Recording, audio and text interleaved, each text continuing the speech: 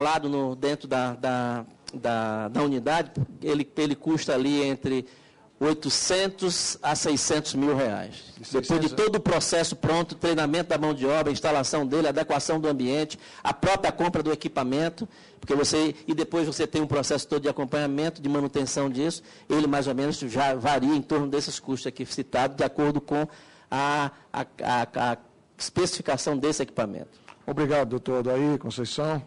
Essa relatoria está satisfeita, senhor presidente. Eu gostaria de fazer só uma pergunta ao doutor Ciro Eduardo e ao tenente-coronel Carlos. Quais são as vantagens para a administração pública em adotar a terceirização no sistema prisional? E quais são as desvantagens? Com base na sua experiência, as vantagens superam as desvantagens?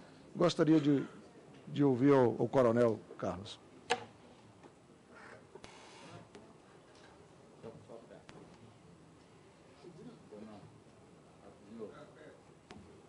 Pronto. Senhor relator, diante da experiência que tivemos à frente do sistema prisional nesses últimos 5 anos, eu, sinceramente, não elencaria desvantagens para essa prática. Eu acho que a gestão privada junto à administração pública, ela só agrega, ela só oportuniza a melhoria, a eficiência do serviço público. E as vantagens, elas vão desde a assistência, e isso vai repercutir decisivamente naquilo que o promotor Ciro Blatter colocou muito bem, que é o respeito à dignidade da pessoa humana. E a partir desse respeito, desse resgate da função princípio da pena, é possível pensar em diminuir esses índices que nós temos alarmantes de insegurança pública. Então, eu acredito que a cogestão, a participação da iniciativa privada, ela não é mais uma alternativa, não é mais um experimento dentro da gestão prisional. Ela é uma realidade e deve ser encarada dessa forma.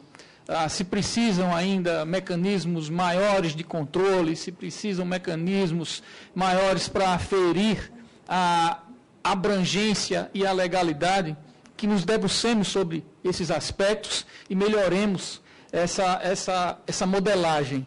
Mas, sem dúvida nenhuma, a presença do privado na gestão prisional, ela agrega valores sobre todos os aspectos de eficiência e de qualidade da prestação de serviço.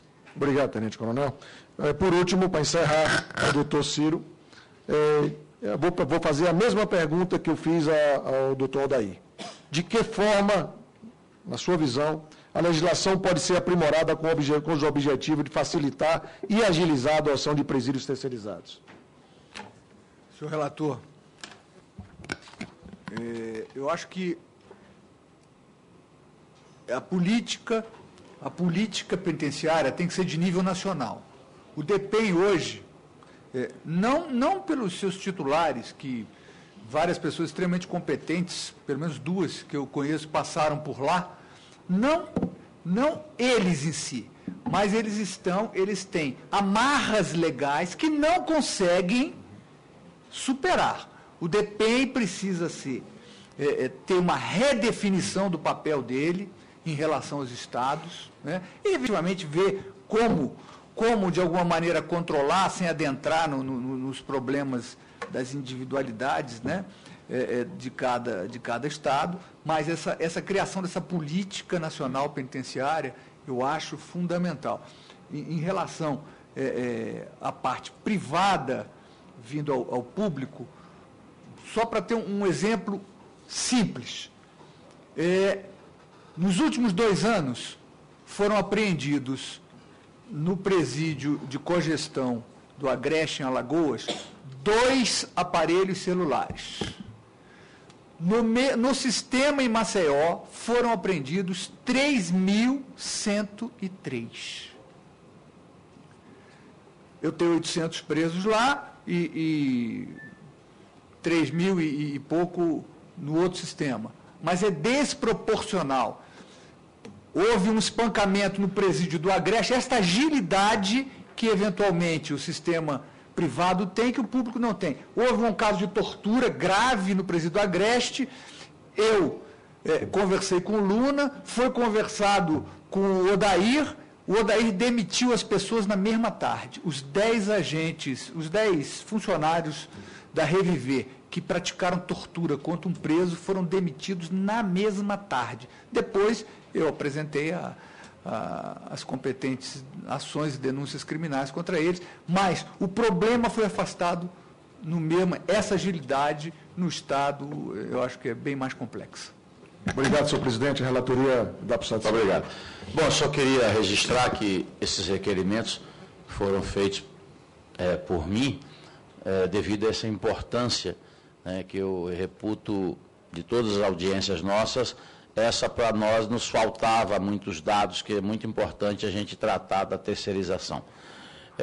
Ouvimos aqui, semana passada, os agentes penitenciários, e realmente muitos são contra essa terceirização, por isso que a gente está insistindo nos números, que é importante para nós. Os resultados, pelo que foi apresentado, são muito satisfatórios. Eu até deixo uma pergunta aqui aos senhores, né, por que o governo resiste tanto, o governo que eu me refiro, o governo federal, ou os governos, né, por que eles resistem tanto a essa privatização de uma boa parte do sistema? Eu não vejo outro caminho. E eu queria, por fim, que se eu fosse breve na minha resposta, esses detentos que vão para a Reviver, eles são presos normais ou são aqueles, é feita uma triagem antes, vai para lá o homicida, o latrocida, o estuprador, ou são pré-selecionados? Senhor presidente, eu digo ao senhor assim, o pior do sistema vai para o privado, vai para a cogestão. Se o senhor tiver a oportunidade de visitar, por exemplo, o estado da Bahia, os piores detentos do estado da Bahia estão no presídio Cogerido. Os piores detentos do estado de Sergipe estão no presídio Cogerido. No estado de Alagoas estão no presídio Cogerido. Lá tem a facção PCC. Também. Está dentro lá? Também. Então, o pior do sistema, o poder público termina levando para os presídios administrados na forma de cogestão, pela confiança que passa a ter na eficácia, na eficiência do sistema nesse formato. Ok, eu vou dar a palavra aos deputados, para que a gente não possa... Eu só pediria aos convidados, para a gente ser um pouco mais breve, sucinto nas respostas, para a gente não perder essa oportunidade de todos poderem fazer seus questionamentos. Eu vou conceder a palavra ao deputado Fábio Mitidieri, depois a deputada Raquel e depois Major Olímpio, na sequência. Na verdade, presidente, eu seria até breve, porque o relator já colocou muito bem as perguntas e muito do que foi dito aqui era o que a gente gostaria de saber. Uma coisa que a gente convive bastante nessa situação, porque os estados, você se perguntou há pouco, não querem ou têm resistência, porque é muito mais fácil para você fazer uma superlotação num presídio público do que você fazer num ente desse que você não vai conseguir no terceirizado colocar o triplo da população carcerária como eles fazem no presídio público. O agente penitenciário, ele tem realmente uma resistência muito grande ao terceirizado, isso é fato, quando você vai conversar com ele, porque ele acha que, nesse caso, o terceirizado ganha mais, que o terceirizado é melhor tratado do que o que ele efetivamente recebe hoje no Estado e que ele deveria ser mais valorizado. Então, inverte-se até aquela teoria de que o terceirizado ganha menos. Isso você vê muito quando você conversa com os agentes penitenciários também. Eu vejo também o índice de agentes que nós temos. Como eu falei há pouco, eu vi ali os números. Você veja que 2,49 é a média que vocês têm de um funcionário para cada 2,49 detentos. Nós temos, nas visitas nós vamos constatar, um agente para cada 200 presos. Isso aí também gera um serviço de péssima qualidade. Tem presídios que o diretor diz, eu não tenho como fazer política de ressocialização, porque com essa superlotação, se eu fizer, foge, vai dar briga, vai dar assassinato, enfim. Então ele prefere manter o cidadão trancado. Nós temos presídio onde hoje o agente, o preso é quem prende o preso. Ele fica de fora, bate para, está na hora. Aí o preso vai colocando os presos para dentro da cadeia. Quando acaba de prender, ele se prende. Aí é que o agente sai de lá, e vai lá colocar. Veja como é o sistema carcerário hoje no Brasil, quando é administração pública, simplesmente. Então, a diferença, eu acho que não existe sistema ruim. Eu acho que todo sistema ele é bom, desde quando ele seja bem executado. E quando ele é somente público, infelizmente, por falta de recursos, ele é mal executado. E a Câmara tem que fazer sua parte. Nós sabemos que o DEPEN, ele tem dificuldade de recursos para construir presídios, para isso e aquilo. E nós aprovamos agora, há pouco, uma lei, para tirar recursos do DEPEN para construir creches para os filhos dos detentos. Veja bem, eu não sou contra a creche para o filho detento, mas dinheiro do DEPEN para isso, o DEPEN não tem. Nós não fosse buscar de outra fonte. Eu votei contra, fui um dos pouquinhos que votaram contra isso. Mas eu acho que tem que ser dito também que a gente também tem que fazer a nossa colaboração. Dito isso, presidente, acho que as perguntas e as respostas foram dadas ao relator, contemplam meu questionamento. Obrigado. Muito obrigado, deputado. Com a palavra a deputada Raquel Muniz. Cumprimentar o nosso presidente, deputado Alberto Fraga, os convidados de hoje, que contribuíram muito aí, e perguntar para todos vocês, assim, qual que é a perspectiva real da gente conseguir realmente implementar isso no Brasil? E o que vocês acham que a Câmara aqui pode ajudar para fazer essa implementação desse setor privado? E se é só a Reviver que atua no Brasil ou se tem outras empresas também que trabalham nessa área?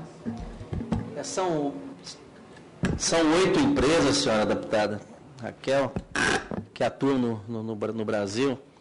E por que efetivamente você tem que poderia estar expandindo esse modelo? É aquilo, uma das coisas que a gente apontou ali da ausência de políticas públicas, né? Lamentavelmente, o sistema penitenciário, eu já vi muito secretário de Justiça dizer assim, mas o preso não vota. Então larga ele lá, de qualquer jeito, na masmorra, né? Eu já ouvi isso do secretário de Justiça falando isso daqui. E aí o sistema é delegado para aquilo lá. Esses orçamentos, que na verdade são destinados aqui para as estruturas, elas são, como aqui dito, também muito insuficientes por conta dessa ausência. Quando o Estado brasileiro pega e vê um modelo desse que funciona, que dá certo, e não expande ele dentro do setor, tem alguma coisa errada nesse formato. Essa casa aqui tem uma contribuição, na minha forma de ver, extremamente importante, que é criar uma legislação. Tem muito secretário, muito governador, que às vezes não implanta o modelo com medo da reação de estar terceirizando um presídio. Está falando, estou terceirizando um presídio. Não quer fazer esse debate. E prefere conviver com um preso na situação que está lá, subhumana, um negócio aquele insuportável. Então, eu tenho aquela proposta que aqui apresentamos, dessa comissão propor uma legislação que possa regular o funcionamento dessa atividade, eu tenho certeza que seria uma contribuição para o país extraordinária, e a partir daí, certamente, nós teríamos esse modelo implementado e com muito mais controle por parte do Poder Executivo, e aí nós vamos ter certamente outra perspectiva para o sistema carcerário nesse país. Eu acho importante também, assim, para a gente conseguir mais adesão a esse projeto, que não é, porque fica essa questão assim, a gente está dando uma qualidade de vida boa para aquele que cometeu um crime, mas na verdade existe todo um sistema em torno disso. As pessoas que trabalham com o preso, elas hoje são pessoas também que procuram muito serviço de saúde, com depressão, né, com histórico, com transtornos mesmo, em função de trabalhar numa situação complicada, de presídios superlotados, de estar sempre sofrendo assim, a possibilidade de ser agredido também, as famílias também que transitam nesses espaços também, que são alvos disso. Então, é uma situação que não é só do preso, é de toda uma sociedade que é envolvida no entorno disso. E muitos profissionais, às vezes, têm que ser até afastados dessas atividades, não conseguem trabalhar por muito tempo com isso. E o enfrentamento para esse caso, senhora deputada, certamente que é treinamento, que é acompanhamento, assistência a essas pessoas, como nós fazemos, né? De treinar essas pessoas permanentemente e dar a elas condições também dignas para que ela trabalhe, execute sua função e tenha ali a sua contrapartida pela doação que faz, porque são pessoas que fazem um trabalho que é aquilo que é o expurgo que a sociedade tem dessas pessoas, não querem saber, essas pessoas acham que é um absurdo, eu já vi depoimento, não, o preso tinha que ficar cadeia tinha que ser vertical e os caras têm que estar tudo ali em pé, socado. Aquilo não existe. A gente vai produzir monstros cá fora e essa reincidência, quem é vítima dela é a sociedade brasileira. Cada vez que a gente tem um indivíduo desse que sai do cárcere e volta, ele está levando uma família, ele está destruindo uma família, está destruindo um cidadão que poderia estar sendo evitado se houvesse, na verdade, políticas mais objetivas nesse sentido. Porque essa retroalimentação do sistema, em que um preso custa aqui 4, 5 mil reais, e o Estado brasileiro tem uma reincidência dessa, eu já disse isso, senhor deputado, senhor presidente, assim, se o sistema penitenciário fosse uma empresa, esse número de reincidência não iria existir. Porque a empresa vive de resultado, e reincidência não é resultado, é prejuízo. Só que ela não é. E o Estado brasileiro não consegue, os gestores do sistema público não conseguem enxergar essa conta insuportável, que ela nunca vai acabar. Esse crescimento dos últimos 9 anos, de 112% da população carcerária, 70% de reincidência, tem que haver um gestor nesse país que vá analisar isso, tem que botar isso dentro de um estudo de caso de gestão. O problema está na gestão desse processo. Então, é preciso que se enxergue isso aqui de uma vez por toda, tirando os preconceitos, tiramos as ideologias, tirando as questões que, às vezes, as pessoas falam isso porque são vítimas de um crime brutal. E aí, tece suas opiniões, aqui não vamos discutir as razões disso, mas do outro lado tem um indivíduo que foi encarcerado. Tem uma lei de execução que estabelece regras para essa pessoa. E a sociedade precisa que esse indivíduo saia de lá melhor do que entrou. E não pior, como está acontecendo, e ela está sendo vítima disso. Eu comentava aqui com o doutor Ciro, que eu tenho um projeto de 2001, se eu não me engano, dando incentivo para o empresário que concedeu o emprego para o egresso do sistema prisional, e o governo, que tem olheiros em tudo quanto é comissão, nunca se prestou ao trabalho de botar um projeto desse para votar. Eu dizia que a sociedade, a mesma sociedade que recrimina, discrimina o preso, é a mesma sociedade que lhe nega também a oportunidade de um emprego. Então, estamos até pedindo a urgência para ver se a gente consegue votar esse projeto, que já é uma parcelazinha de ajuda. Ajuda muito, né? grande, né? Porque eu achei fantástico a frase que foi dita aqui pelo doutor Ciro. Ele falou o seguinte, que aqui em Brasília nós temos um sistema prisional mais ou menos que funciona, né? É menos pior, menos ruim. E lá muita gente, a FENAP, se eu não me engano, que cuida da Fundação de Amparo ao Preso, eles fazem bola, e eu me orgulhava muito disso, mas quando o senhor falou aqui, quando ele vai embora, ele vai costurar a bola aonde? Né? Então são detalhes que a gente fica observando que a gente não alcança, e é verdade. Ele vai costurar a bola para onde? Né? Se ele já saiu da prisão. Imagine, senhor presidente, esse seu projeto aqui ser aprovado e desse, por exemplo, a uma empresa um salário mínimo por cada egresso que ele empregar. Conta de padeiro. Custa 5 mil reais um preso, ele vai gastar 800 e ele está trabalhando, ele não vai reincidir por isso. É uma conta simples. Mas aí é onde vem a questão do interesse, da vontade política. Nunca houve interesse do governo. Eu até pedi para o ministro Cardoso dar uma olhadinha nesse projeto. Né? Bom, dando sequência, o deputado Major Olímpio.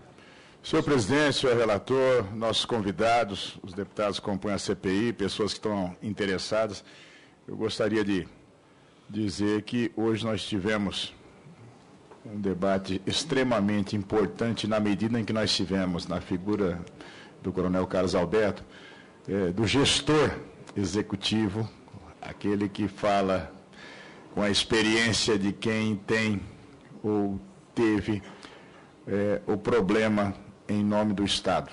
Com o doutor Ciro como custos leves, fiscal da lei, e como um cientista que traz informações e a sua prática de vida de forma fundamental. E o Odair, que traz uma proposta que ainda é um case que merece ser estudado, e o objeto deve ser exatamente aqui na CPI, e que nós devemos ver com muita atenção. Mas eu até faria algumas considerações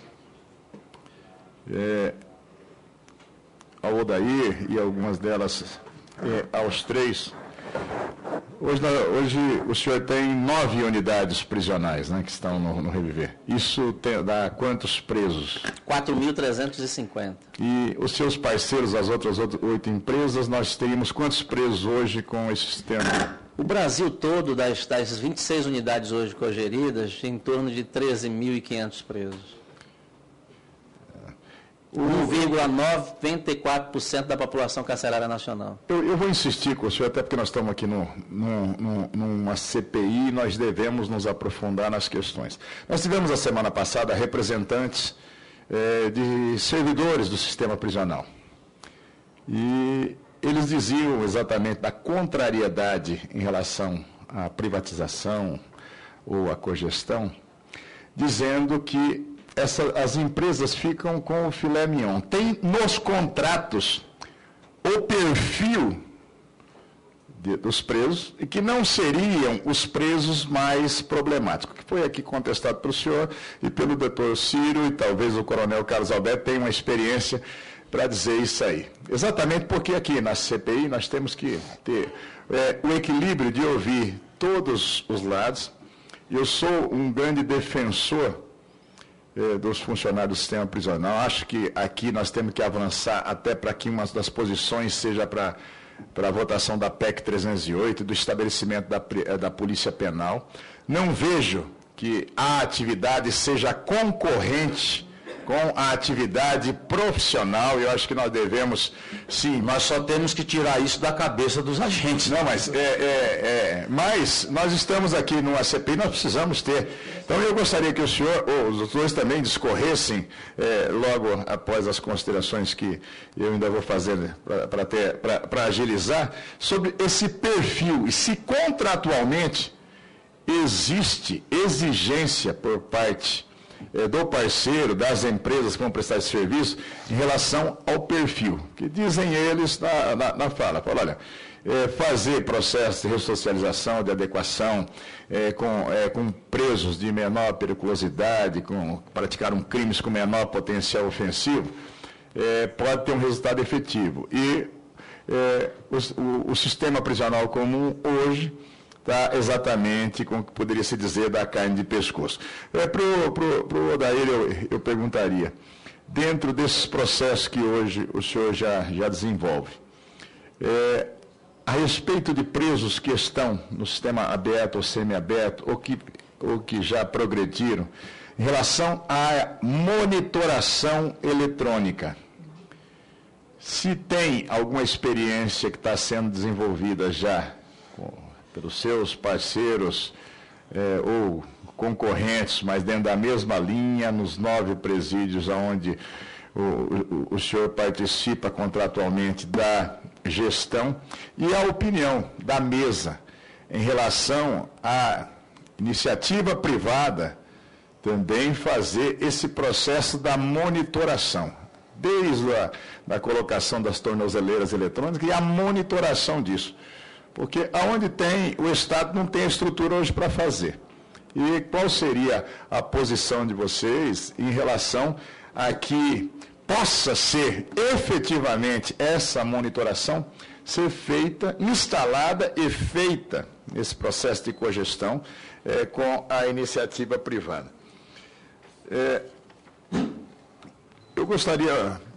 Eu tive até num debate com o deputado que é o proponente, o Waltermir Pereira, lá nesse seminário de hoje. Nós tivemos um debate aqui na TV Câmara, e o que eu senti é uma pergunta para a mesa também, que a ANAMAS, da Associação Nacional dos Magistrados, e mais algumas pessoas têm como proposta, senhor relator, a federalização, ou, se não a federalização, mas que o sistema prisional ele passe a ser administrado pelo Poder Judiciário. Num pressuposto que o Poder Judiciário teria uma condição maior de fazer essa gestão, de carrear mais recursos para a promoção do adequado cumprimento da pena, de provimento de instalações, hotelaria, a estrutura assistencial. Isso é o objeto hoje desse debate que está sendo feito no Nereu Ramos e a Ana Magis com esse posicionamento. Eu gostaria de saber o posicionamento dos senhores em relação a isso. E, finalmente, eu gostaria de dar uma sugestão que eu tenho certeza que já está na cabeça do nosso relator, do nosso presidente, que nós pegássemos realmente as propostas apresentadas pelos três, que já são um grande norte para conclusões mais do que efetivas da nossa CPI. Quando nós falamos e se propõe que as empresas tenham algum benefício para a contratação, eu entendo até que as empresas que contratam com o poder público, se o poder público está dizendo que acredita na ressocialização, eu, de fato, na prática, não tenho visto isso acontecer. Mas nós temos que perseverar por isso. Todos sabem a minha posição em relação a alguns perfis criminosos que eu sonharia ter a legislação indonésia e o presidente da Indonésia aqui. Porque são absolutamente irrecuperáveis, nós ficamos aqui falando de nós para nós mesmos, que nós vamos consertar, mas tem tipos que vão ser peso para o Estado e para a sociedade enquanto respirar. Mas nós precisamos evoluir sim, e ter a obrigatoriedade em algumas circunstâncias. Se o Estado quer dar o exemplo, que nós estabeleçamos em lei a obrigatoriedade, como nós temos o percentual em relação à contratação do deficiente físico, nós temos uma série de cotas, mas que também esteja não só na condicionante de se ter um benefício em relação àquele que está contratando com o poder público, mas ter um percentual sim até de obrigatoriedade. A coisa é complexa? É complexa. Eu duvido, todo mundo defende, mas se nós tivéssemos hoje, alguém tem um bebê em casa, se vai contratar uma empregada que ela é egressa, que ela cumpriu pena num presídio, eu não botaria para cuidar da minha filha. Se alguém diz que põe, põe. Na dúvida, eu vou... É uma outra. Né? Tanto que quando se fala para contratação de pessoas, vamos buscar os antecedentes. Então, é extremamente complexo isso. Talvez o poder público tenha que sair, sim, com os seus parceiros, com aqueles contratos, dando exemplo para a sociedade que em 50, 100 anos para frente possa nos reeducar em relação a isso. Mas, e finalmente, eu gostaria também de ter um posicionamento dos três. Algum presídio que o senhor administra tem, nesse processo de cogestão, regime diferencial, o RDD, funcionando? E o que os senhores achariam de ter o cogestor com presídios, aonde haja o RDD, e notadamente nós temos presos altamente perigosos, chefes de facções ou que estão cumprindo castigo. São essas minhas considerações, fica aberto aos três. Obrigado. Eu vou pedir até que o doutor Ciro responda primeiro, que toca na questão do PCC, e é muito importante nosso Ministério Público dar sua opinião. Deputado, com a palavra, deputado Ciro. Deputado, em primeiro lugar é o seguinte, não tem em contratos de cogestão, que são inclusive fiscalizados pelo Ministério Público, não tem absolutamente perfil. Inclusive, se o senhor quiser, providenciaremos a cópia do contrato do Estado de Alagoas. Não é por desconfiança, não. Eu acho que seria, esses modelos de contrato, seria importante estar na CPI. O contrato é público, não tem problema nenhum. Segundo, no presídio do Agreste, e eu pedi até ao presidente para falar, os 100 piores presos do Estado, eu tenho os comandos regionais do PCC, estão lá, tem um ou outro do Comando Vermelho e temos uma organização local, né, que se chama Firma também. Então, o que fizemos? Nesses primeiros meses do ano, problema de celular em presídio é assim, não existe, pelo menos eu não conheço, presídio público que consiga efetivamente bloquear sinal. Até porque as operadoras, eu acho que isso é um ponto que a comissão poderia ajudar muito. Ora, as operadoras simplesmente não obedecem leis estaduais sob o argumento que não, que estão ligadas à ANEEL, etc. Tal, e, inclusive, o judiciário baiano, né, que você me falou, derrubou já uma lei local que mandava bloquear. Bom, então, é o único presídio do Estado que celular não pega. Não pega de ninguém, nem dos presos, nem dos funcionários, nem do Ministério Público, não pega de ninguém. Só fala mesmo no fixo. Nós transferimos para lá os 100 piores, e tem 39 no sistema federal. Né? Tá o torre principal está lá, e o primeiro nível da rua. Estamos levantando os números para entender o fato de mantê-los mudos lá, o que ocasionou nessa queda da taxa de homicídio. Alagoas, chegamos a ter 116 mortes por 100 mil habitantes, com pico entre 15 a 24 de jovens, chegando a 300 em alguns municípios, quando no Iraque são 90 por 100 mil. Na hora que conseguimos colocar, é claro que uma transferência dessa, que não depende nem da empresa, nem do gestor, é um ato jurisdicional, esses 100 foram escolhidos para ficar lá, houve esse decréscimo. Está havendo greve de fome, está havendo manifestação, pneu queimado, por ordem das próprias facções, que mandam, as esposas fazerem isso, né? Então, esse é um ponto. Então, o contrato não tem problema nenhum, está à disposição, os presos mais perigosos estão lá. Em relação a agentes, a minha visão sobre os agentes é muito clara. Diferentemente, até que o deputado de Sergipe colocou, em Alagoas, os agentes penitenciários recebem 3 vezes mais, em média, do que um servidor terceirizado. 3. É a relação de 1.000, o daí pode dizer o número dele, acho que é 1.300, 1.000 e pouco, e um agente penitenciário ganha em torno de 3.500 líquido. Líquido, ele ganha mais do que agente de polícia. Mais do que um agente de polícia nível A. Então, pelo menos em Alagoas, cai por terra essa discussão que é para ganhar mais. Né? E a carga horária, que na minha visão é desproporcional, em Alagoas é 1 para 96. Trabalho uma vez por semana, na prática, mais ou menos, para ganhar 3.500. Se você fizer o salário hora, né, vai para 12 mil ou 13 mil. Basta fazer o salário hora, dividir o número de horas. Né, para 96.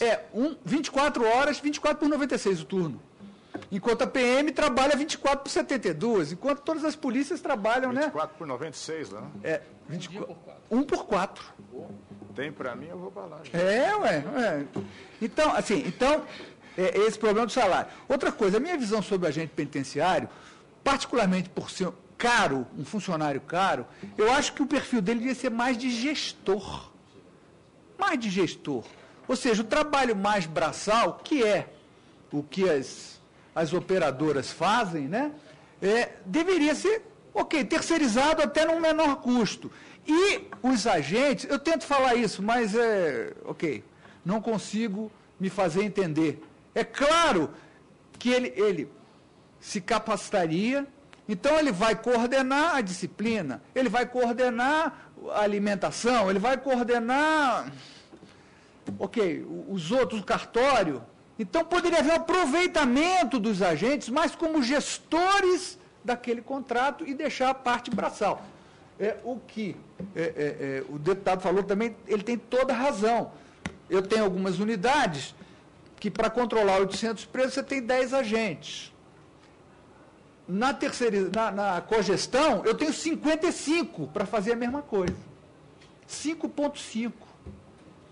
Então, claro, está mais vigiado, pode intervir mais rápido, Outro detalhe importante, né, que é difícil colocar no Estado, e os que forem gestores públicos sabem disso.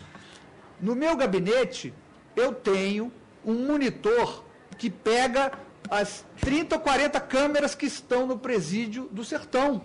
Da minha sala, eu estou vendo tudo, estou vendo os módulos, estou vendo a direção, estou vendo todos eles. Eu tenho um controle online do que está acontecendo. Monitoramento, que o senhor falou, eu não vejo nenhum empecilho jurídico. Não há empecilho jurídico. porque é basicamente, ok, ele está cumprindo a decisão judicial. A decisão judicial de colocar a pulseira ou a tornozeleira já veio. Então, tanto faz se é um agente público que está apertando parafuso ou terceirizado. E até mesmo essa monitoração... Hoje ele não faz a monitoração, mas é uma empresa que faz. Mas a minha questão é justamente a visão dos senhores, se poderia fazer? Poderia ser um parceiro privado exercendo essa atividade. Hoje já é. Em Alagoas já é. Ela faz o monitoramento e o controle, né? Vamos concluir aqui. Vamos. Poder Judiciário administrando cadeia. Eu acho isso um negócio complexo. Eu acho complexo. Porque o problema, deputado, é o seguinte, eu acho que o Luna, que até agora é o primeiro secretário que não saiu processado. Todos saíram processados, é o histórico. Porque não tem jeito. A gente que está na ponta ali é o seguinte, ele sabe que se ele não pagar o almoço, a cadeia vai virar. Ele sabe disso. Ele tem 4 mil pessoas para alimentar. Aí, não pagou o almoço, aí o que ele faz? Manda o fornecedor entregar. Inexigibilidade de conduta diversa. A cadeia virar é rebelião. Mas rebelião, vão quebrar tudo. Então, aí ele toma a medida. Quando chega lá na frente, a controladoria pega ele, manda o Ministério Público entra contra ele. Isso aí. Ok. Estigma e carimbo que o senhor falou, exatamente. Toda pessoa que sai do presídio tem um carimbo nas costas. Tem um estigma sobre isso, eu conversar com o presidente. Né? Então, como é que a gente, enquanto sociedade, né, pelo menos ameniza isso? RDD, nós não temos RDD. A gente não pode confundir RDD com isolamento. Isolamento, a LEP permite isolamento a 10 e a 30 dias, se for necessário, né? A gente isola ele. No presídio do Agreste tem isolamento, e a gente usa quando é necessário, mas eu não tenho RDD, porque o RDD, na verdade, você tem todas as regras de 22 horas, não sai da cela e tal, isso nós não temos, mas nós temos isolamento por até 30 dias. E se em casos mais graves, presídio federal. Mas o senhor não vê problema dentro dessa cogestão também tiver... Não, é um preso como outro qualquer. O regime disciplinar. Só teria que fisicamente adaptar a cela. Porque, como nos presídios federais, né, o próprio banho de sol, etc., não faz ligação com os outros. Não tem contato. Não tem contato com os outros. Bom, Coronel, o senhor quer acrescentar alguma coisa? Eu peço só que vamos ser breves mesmo, que senão nós vamos perder aqui e a sessão começa meio-dia. Já começou, aliás. E também o doutor Ciro já explanou de forma... já resolveu, não seria redundante. Só fazer um acréscimo, deputado. Antes do presídio gerido pelo parceiro privado em Alagoas, esses casos de presos com maior potencial eram transferidos para o sistema federal. E isso criava um óbice muito grande, porque tem todo um protocolo, não é, que parte da gestão prisional, aprovação do Ministério Público, juiz local, juiz federal, DEPEN. Então, isso é um processo que demora 3, 4 meses, enquanto isso, os crimes continuam sendo cometidos. E quando voltam, associados a outros presos de outros estados, na verdade, eles fazem um upgrade do crime nos presídios federais. Se especializam. Então, a partir da cogestão em Alagoas, esses presos, eles foram todos transferidos para a cogestão. Né? Então, isso é muito bem resolvido no estado de Alagoas. E acredito em outros estados do Brasil. Quanto à monitoração eletrônica, eu quero acrescentar que as empresas, elas realizam o monitoramento através de centrais de monitoramento, colocação e retirada das tornozeleiras. Mas eu propus na minha apresentação que essa ação ela seja ampliada. Por exemplo, o acompanhamento a partir do privado do cumprimento de prisão domiciliar. Sim, o cumprimento do trabalho do preso quando ele for submetido a uma medida alternativa. Isso garantiria, tanto para o empresário, o empregador, ou qualquer, mesmo que seja um órgão público, garantiria maior segurança e também garantiria ao Ministério Público, que é o próprio Judiciário que autorizou aquela medida, né, a garantia de que o Estado está cumprindo o seu papel. Mesmo que não tenha a cogestão hoje, a administração 100% do Estado, o senhor não vê óbice que possa ter essa monitoração? De forma alguma. O Estado não tem a menor condição, nem de pessoal, nem estrutural, para fazer esse tipo de trabalho. Né? No momento da transgressão, aí a competência é do Estado, Polícia Militar, Polícia Civil, por aí. Mas o acompanhamento, a fiscalização, no meu entendimento, ela pode ser feita tranquilamente. Conversava há pouco com o doutor Ciro, ele não vê óbice jurídico para isso, e é um novo nicho de mercado que vai colaborar, inclusive, com o desencarceramento. Rapidamente, doutor Adair. Perfeito. Só para complementar aqui os dados, deputado Olímpio, eu tenho comigo um arquivo. O Brasil tem poucas licitações nessa área de terceirização de sistema penitenciário. Então, eu tenho todos os contratos que já foram firmados até hoje e eu posso disponibilizar para essa comissão para que desmistifique isso daqui, porque não há nenhum contrato desse perfil de preso. Dou um outro exemplo sobre isso. Nós vivemos agora aqui uma rebelião terrível no presídio Feira de Santana, na Bahia, onde 9 presos foram mortos nesse último final de semana. Esquartejados, né? Esquartejados, morto é muito bonzinho. Para você ter ideia, os 18 piores, os líderes desse processo, 18 foram transferidos ontem para o presídio de Serrinha, que é um presídio de cogestão. Tá? Então, é só para dar um dado de que essa informação que veio aqui por essa comissão, pelos agentes penitenciários, não é verdadeira. O agente precisa compreender que a cogestão ela é um parceiro do agente penitenciário, ela é um parceiro do Estado. Ela não está para concorrer com ele, para competir com ele, sim para se somar a ele, porque a cogestão é feita da experiência, inclusive do agente penitenciário, junto com a empresa privada. Um outro aspecto sobre o RDD, os projetos de PPPs que nós modelamos, citei aqui alguns, do Estado de São Paulo, Alagoas, Distrito Federal, nós modelamos dentro da visão do Estado, na discussão da construção desse modelo, alas para o RDD. Porque, como disse aqui o doutor Ciro, o RDD você tem uma política diferente de funcionamento dela, inclusive estrutural. É o que o governo federal fez, criou o RDD pura e simplesmente. Então, você não tem nenhum tipo de problema. Eu numa certa oportunidade, eu falava para o DEPEN, senhor presidente, senhor relator, senhores deputados, eu dizia, por que você não faz uma experiência com o privado, com essas presídios penitenciários? Pega o pior que você tem, a unidade pior que das 4, 5 que a União tem, pega a pior unidade e entrega para o privado, administrar junto com a União. E vocês vão ver a transformação que isso pode se dar a partir da experiência com a União nesse Eu não sei se o relator lhe perguntou, mas a construção desses estabelecimentos. Perguntou? Quem constrói é vocês? Na PPP, sim. No modelo de 8.666, não, é o Estado. E um outro ponto, só para concluir desse aspecto, monitoração eletrônica, eu vejo que essa é uma área ainda sem legislação, sem nenhum tipo de... Qualquer hoje pessoa pode fazer monitoração eletrônica. Qualquer pessoa. Cria uma empresa, tem capital, investe nisso e monta ali. E é preciso que o Estado brasileiro tenha controle sobre isso. Fazíamos uma discussão disso até no dia de ontem. Você tem, por exemplo, as empresas de segurança privada que têm hoje um disciplinamento todo feito pela Polícia Federal, pelo Ministério da Justiça, que é uma fonte para poder fazer um trabalho desse daqui. As próprias empresas de cogestão, porque você passa a ter um modelo com formas de controle, efetivamente, para que essa gama enorme que tem hoje e que vai ter, com o passar do tempo, nós vamos ver aí, certamente, a evolução do monitoramento eletrônico para as medidas aqui da Lei Maria da Penha, por exemplo. É uma forma de controle daquilo ali efetivo, porque você tem um ordenamento de que o agressor não pode se aproximar da vítima, e que forma de controle você tem sobre isso? Efetivamente não tem. A pulseira eletrônica é a solução para essa forma daqui, e você evitar as mortes brutais, muitas vezes, que a gente vê nesse sentido. E a operação disso, o senhor vê como uma coisa a ser regularizada? Senhor presidente, eu vou até importante, porque eu estou na comissão de lei orgânica da segurança orgânica. É que eu estou preocupado com o tempo, o assunto está não há uma regulamentação em relação a essa possibilidade para quem possa fazer essa prestação de serviço, até a monitoração de pulseiras e a operação disso.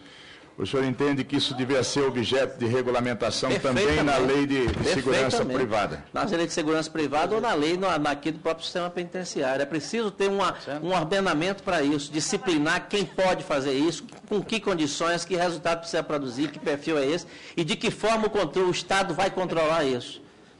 Porque a realidade ela já está instalada no país. Tudo bem. Bom, vamos com Eu vou ter que ser rígido com o horário, gente. Nós estamos demorando muito, né? Então vamos manter os 5 minutos para os parlamentares que perguntam. E eu peço mais uma vez encarecidamente que os nossos convidados, o assunto é muito palpitante, nós sabemos disso.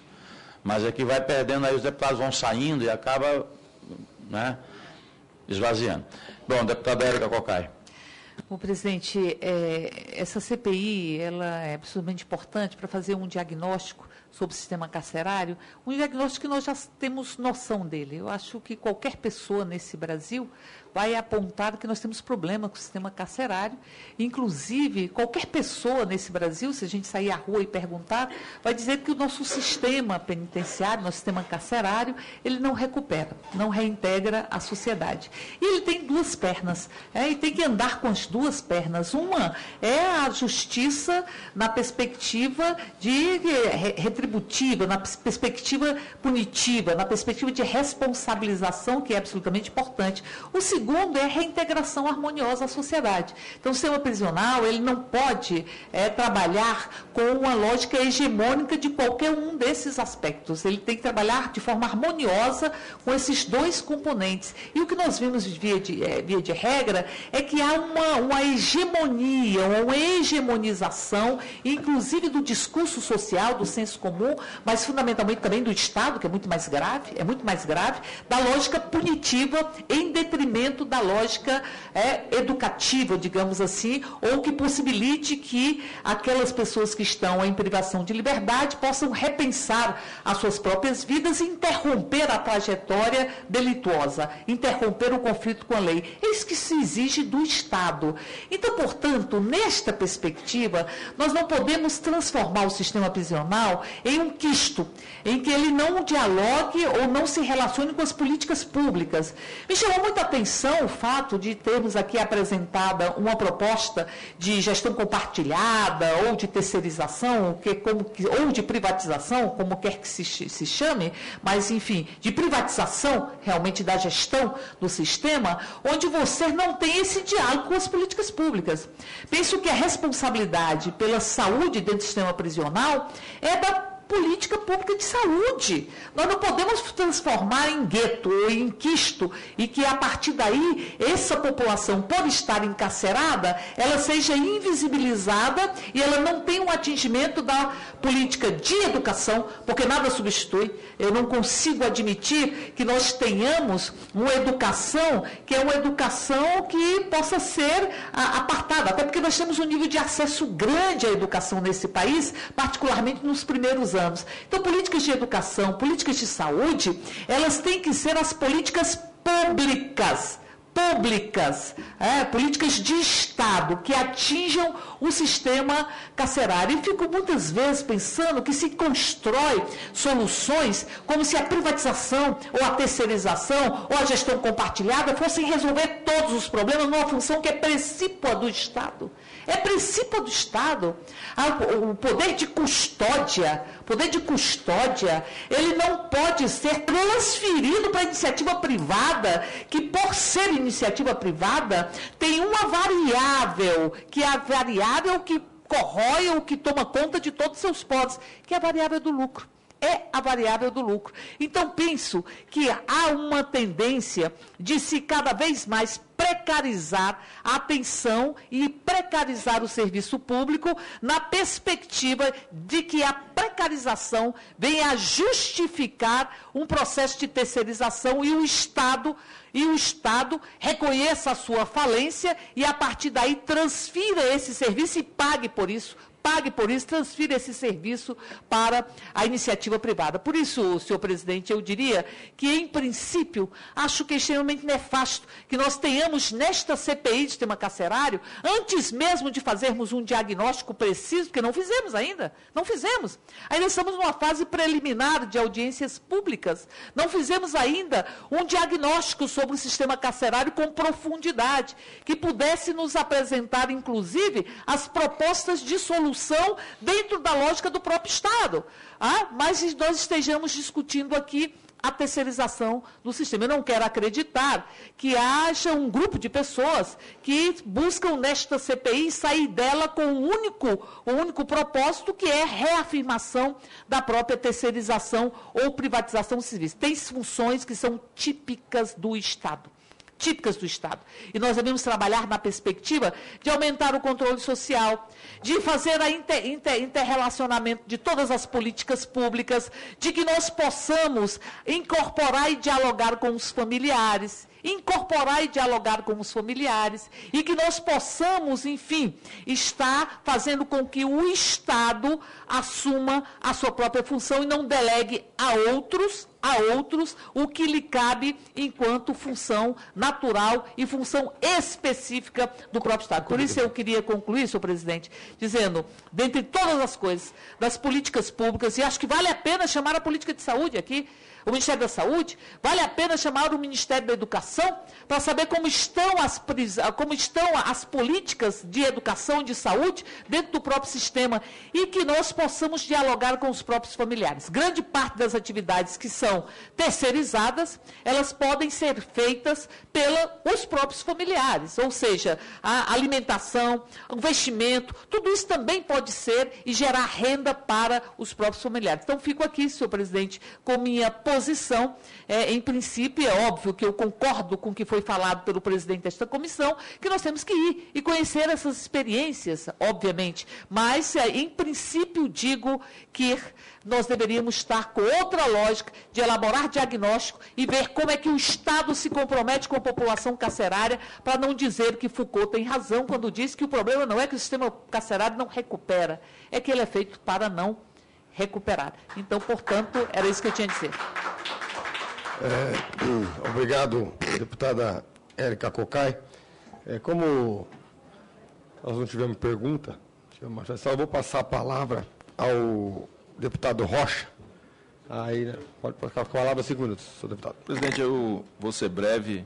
Queria aqui saudar os convidados e, discordando da deputada Érica Cocai, embora não tenha feito esse diagnóstico profundo do sistema, eu vou me apropriar do diagnóstico feito pelo ministro da Justiça, que disse que o sistema penal brasileiro é medieval. E disse mais, disse que preferia morrer a